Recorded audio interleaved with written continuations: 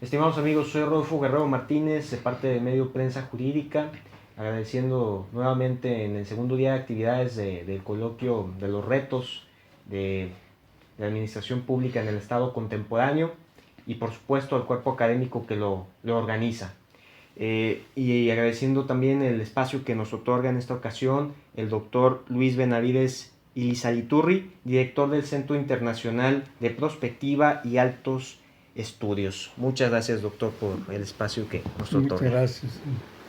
Muy agradecido de estar aquí y de poder comunicar con la comunidad estudiantil. Muchas gracias. Y si está de acuerdo, comenzamos con la entrevista. Por supuesto. Doctor, ¿qué es el Centro Internacional de Prospectiva y Altos Estudios? Es un centro de investigación fundamentalmente que ha estado muy vinculado sobre todo a la UNESCO, a la Organización de Estados Iberoamericanos, a la Organización de Estados Americanos también, y que lo que está buscando y ha buscado siempre es no perder el sentido que tiene el futuro en la vida de los seres humanos. Claro. Es muy curioso cuando uno le hace una pregunta a alguna persona de ¿para qué estás haciendo esto? Ordinariamente tiende a responder ¿por qué? Sí. ¿Sí? Y los porqués siempre tienen razón del pasado, te dan razón del pasado. Y el para qué te da razón del futuro. Y el futuro, si tú no lo planeas, otro lo va a planear por ti. Sí. ¿No? Y en el terreno educativo esto es fundamental, ¿verdad? Claro. Y en este sentido, tanto las personas como las instituciones son invitados a planear colectivamente, participativamente su futuro. Entonces, prácticamente a lo que nosotros nos dedicamos a cuestión de investigación y simplificación para que esta planeación prospectiva pueda hacerla cualquier persona. Claro. Y pueda hacerla en familia, pueda hacerla en grupo, a los grupos que pertenecen, no importa de qué tipo de grupos sean, ¿verdad? Pero que tengan un sentido de futuro que les dé dirección de lo que hacen. Claro. ¿Verdad? Doctor, ¿qué opinión le merece la reforma educativa en nuestro país? Bueno, todos los países están descontentos siempre de sus procesos educativos. ¿Por qué? Porque lo educativo exige justamente una visión de futuro. Sí. Y esa visión de futuro muchas veces se considera utópica, ¿verdad? Y el futuro está lleno de incertidumbre, ¿verdad? Claro. Nadie sabe cómo va a ser el futuro, ni siquiera la próxima hora, ¿no? Entonces, cuando te hablan de que hay que modificar la educación, pues todos estamos de acuerdo, claro, ¿no? Vamos buscándola. ¿Qué pasó con esta reforma educativa? Esta reforma educativa se le olvidó lo fundamental, que el futuro lo decidimos la sociedad, ¿no? Que el futuro lo planteamos la sociedad, no es un ejercicio de autoridad. Es más, el artículo 39 de la Constitución es muy claro en esto, ¿verdad? Y siempre se nos olvida. Sí. Que la soberanía reside en el pueblo y que el pueblo puede darse el gobierno que quiera en el momento que quiera y que todo lo que haga el gobierno tiene que ser en beneficio del pueblo. Sí. ¿Verdad? Claro. Cuando esto se revierte y es una autoridad que se siente ser el Estado, ¿verdad? Y te impone un futuro que no es el que tú has elegido, pues hay rechazo, ¿no?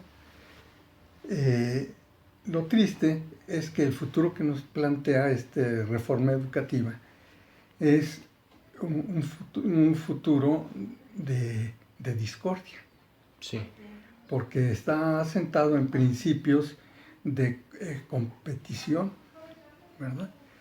Cuando tú compites, pues quieres ganarle al otro, ¿no? sí, Y si toda tu existencia tú la basas en competir para ganarle a otro, pues estás en una situación permanente de lucha, ¿no? Curiosamente, en griego, ¿verdad? Competir se dice agonein, ¿verdad?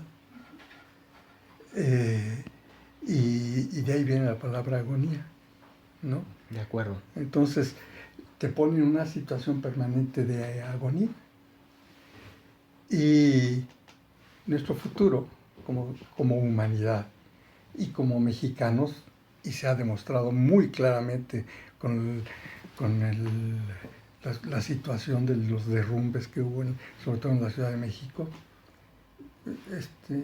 es de solidaridad, ¿verdad? Es de ayuda mutua, es de compartición. Pero si a fuerza nos están metiendo esta idea fundada en los planteamientos del Banco Mundial, no Sí. es nuevo, ¿no? Cuando se concibe el ser humano como un consumidor y que para consumir tiene que producir, ¿verdad? Y para producir tiene que ganarle al otro, pues entonces el, la lucha salvaje se da y ya no hay solidaridad, ¿verdad? Sí, claro. Usted como maestro normalista y Sí. pedagogo, ¿qué propondría a los representantes del Poder Legislativo y Ejecutivo para actualizar el modelo de enseñanza en el país? Mire, a mí me tocó estar en el programa de modernización educativa en 1990, 91. Y ya hicimos una encuesta a todo el país, ¿verdad? Desde 1989, los Sí, últimos días de 89. Y la primera pregunta que le hicimos a todo el país, ¿verdad? Fue cuando tus nietos tengan la edad que tú tienes ahorita, ¿qué tipo de personas te gustaría que fueran? ¿Qué tipo de familia te gustaría que tuvieran? ¿Qué tipo de trabajo quisieras que tuviera? ¿Qué tipo de gobierno? ¿En qué tipo de ciudad te gustaría que viviera? Las respuestas fueron riquísimas. Y esto nos dio, a nivel nacional, una visión de hacia dónde dirigir la educación, ¿no? ¿Por qué tus nietos? Porque si yo te digo tus hijos, pues tu idea va a estar marcada por tus intereses actuales. sí, Cuando te digo tus nietos, pues vas a sacar lo mejor de ti. Y cuando diga a tu edad, pues ya te lo imaginas a un nieto bien formado, sí, ¿no? Entonces sacas los mejores valores. Eso no se hizo, ¿verdad? En esta reforma. En esta reforma se tomaron los patrones del Banco Mundial a través de la Organización para la Cooperación y el Desarrollo Económico y se nos impusieron. No era nuevo, eso ya venía arrastrándose desde la asunción de la Secretaría de Educación por Cedillo, porque 1992. ¿Por qué? Porque al presidente le interesaba acomodarse a los lineamientos y exigencias que había puesto la Organización para la Cooperación y el Desarrollo Económico y entonces hizo un cambio. claro. Ya no obedeció a lo que el pueblo quiere, obedeció a las exigencias del Banco Mundial a través de la OCDE, ¿no? ¿Qué sucedió entonces con esto? Pues que nos comenzaron a imponer, ¿verdad?, cosas absurdas para nuestro país, ¿verdad? No nada más cambiaron las habilidades por competencias. Entonces ahora vamos a educar por competencias, ¿no? Claro. Con una palabra ambigua, ¿verdad? Porque decía, es que competencia no viene del verbo competir, sino del verbo competer, ¿no? Nadie lo considera así, ¿no? Luego nos quitaron el civismo, nos modificaron la historia, quitaron todo lo que tenía que ver con humanismo, ¿verdad? ¿Para qué? Pues para hacerte un consumidor. Y haciéndote un consumidor, pues vas a entrar al mercantilismo, ¿no? Y comenzó con esta fase desde Salinas de Gortari, la segunda parte. Y hemos venido repitiendo y escuchando cada vez más a la OCDE. ¿Por qué? Porque siempre salimos en los últimos lugares. Claro. Como si aprender matemáticas y aprender el lenguaje, los exámenes que te hagan, o como si pasar los exámenes significaba que tú estás educado, ¿no? Sí. Y esto nos ha hecho mucho mal en el país, ¿no? Nosotros somos un país muy educado, la verdad. ¿Por qué? Porque cuando tú te subes a un autobús o a un taxi y te saluda el chofer y te pregunta si vas cómodo, sí, tú dices, ay, qué persona tan educada, ¿verdad? Sí. Y no le pides si tiene títulos de Harvard o de Yale, ¿no? Sí, lo importante es esa actitud de convivencia, ¿no? Esto nos marca la Constitución, pero ya se les olvidó. Y entonces quieren hacer un mexicano a su modo, ¿verdad? Sumiso, dependiente del dinero, dependiente de su situación socioeconómica y política, sí. Bueno, no de su calidad de ser humano. Claro, doctor. Y finalmente, y agradeciendo de antemano el espacio que nos otorga, ¿considera que hay suficiente apoyo gubernamental para que se logre una mejor enseñanza en México? Hay un problema gravísimo en México. El gobierno se apropió del Estado. Sí. ¿Verdad? Ustedes estudian lo jurídico, ¿no? Si cuando reduces el Estado al gobierno, ¿verdad? Y el gobierno a los funcionarios del gobierno, entonces ya no hay Estado. Sí. Y cuando ya no hay Estado, pues no puede haber gobierno. Claro. ¿No? Y lo que nos ha pasado es, al gobierno no le interesa la sociedad, le interesa actualmente, le interesan sus propios beneficios.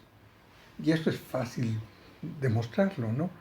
Los sueldos que ganan los funcionarios, el sistema judicial, ¿verdad?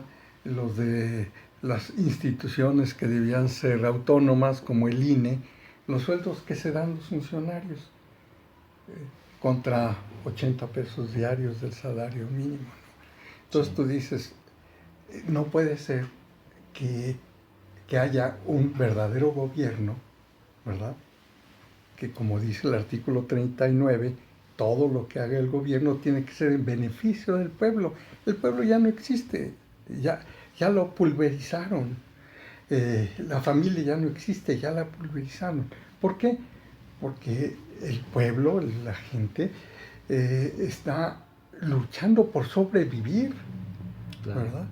Y entonces esta lucha por la sobrevivencia pues le impide exigirle al gobierno, ¿verdad? Y le impide formar parte fundamental del Estado, ¿no? Doctor, agradeciendo el espacio otorgado, el doctor Luis Benavides Ilizaliturri, director del Centro Internacional de Prospectiva y Altos Estudios. Muchas gracias por el espacio otorgado. Invitarlos a que sigan coordinados a través de las redes sociales, de la página Estudiantes Derecho, para que vean la transmisión de estas conferencias que se están dando por parte del coloquio denominado Retos de la Administración pública en el Estado contemporáneo. Muchas gracias, Muchas doctor. gracias a Le ustedes agradezco por el mucho espacio que me dan. a usted. Y a ustedes, estimados amigos, hasta pronto.